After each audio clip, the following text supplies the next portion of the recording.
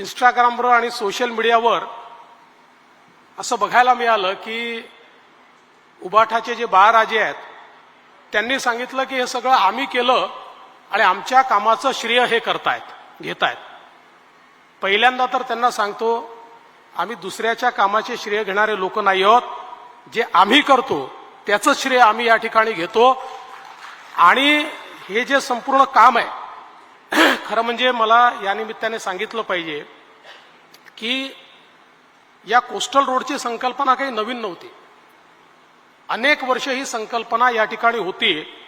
मला आठवतं सन्मान्य उद्धवजींनी तर 2 महानगरपालिकेच्या निवडणुका कोस्टल रोडचं प्रेझेंटेशन दाखवूनच पार पडल्या.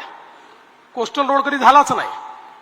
आणि हे देखील सांगितलं पाहिजे की 2004 ते 2014 दादा राज्यामध्ये आणि केंद्रामध्ये युपीएचं सरकार होतं.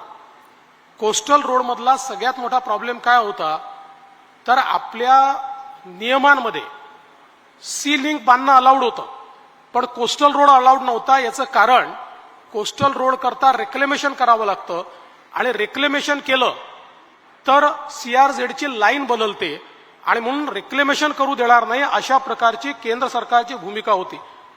मी अनेक सन्माननीय मुख्यमंत्री आणि विशेषतः जे शेवटचे मुख्यमंत्री युपीएच्या काळातले महाराष्ट्रातले होते त्यांना ड्रीम प्रोजेक्ट म्हणून दिल्लीला जाताना बघितलं. ते दिल्लीला जायचे आणि हात हलवत या ठिकाणी परत यायचे. कधीही त्याला परवानगी मिळाली नाही. मोदी सरकार आलं आणि राज्यामध्ये महायुतीचं सरकार आलं. त्यानंतर आम्ही या प्रवासाला सुरुवात केली.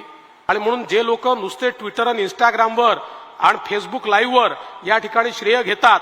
आणि एक गोष्ट अजून सांगितली पाहिजे, म्हणजे त्यांच्यातला आणि आमच्यातला फरक काय हा लोकांना कळला पाहिजे. हे सगळं ज्यावेळेस करून आणल्यानंतर 3 ऑप्शन आमच्या समोर होते.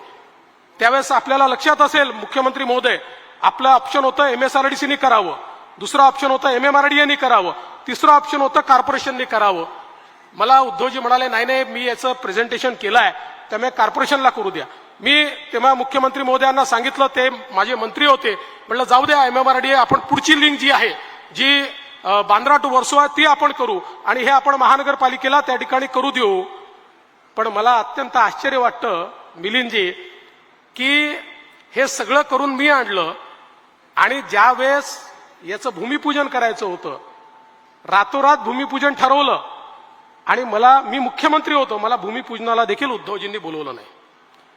पण आम्ही त्याच्यामुळे श्रेयाकरता आम्ही कधी लढलोच नाही. म्हणजे चालू असलेली अंडरग्राऊंड मेट्रो रोखणारे ते, आणि त्यांनी मला मी मुख्यमंत्री होतो, मी कमिशनरला सांगू शकलो असतो भूमिपूजन होणार नाही. मी कमिशनरला सांगू शकलो असतो आसपासना प्रकल्प तुमच्याकडनं काढून टाकला, हा मी एमएमआरडीला देतो किंवा मी आपल्या एमएसआरडीसीला देतो. मी कधी हे केलं नाही, कारण आम्हाला मुंबईचा विकास हवा आहे. आमच्यापेक्षा मुंबई मोठी आहे, आमच्या श्रेयापेक्षा मुंबई मोठी आहे. अरे एखादा देवेंद्र फडणवीस राहील जाईल त्यांनी काय फरक पडतो, पण मुंबईचं जे इन्फ्रास्ट्रक्चर आपण तयार करू शकलो आहे त्यामुळे मुंबईकर जन्मभर आपलं नाव घेणार आहेत. मुंबईकरांच्या जीवनामध्ये एक मोठं परिवर्तन आपण या ठिकाणी करतोय. त्यामुळे कोत्या मनाची लोक काय असतात आणि मोठ्या मनाची लोक काय असतात हे याच्यातनं निश्चितपणे आपल्या लक्षात येईल. आणि म्हणून मी सगळे कधी बोललो नसतो, पण काल ज्यावेळेस मी बघितलं की ज्या लोकांनी केवळ याच्यामध्ये स्फोट टाकण्याचं काम केलं ते श्रेय घेण्याचा प्रयत्न करतात, त्यावेळेस माझ्या लक्षात आलं की कधीतरी सत्य सांगितलं नाही तर लोकांना खोटं बोललेलंच खरं वाटतं. आणि म्हणून आज सत्य या ठिकाणी सांगितलंय. आणि आता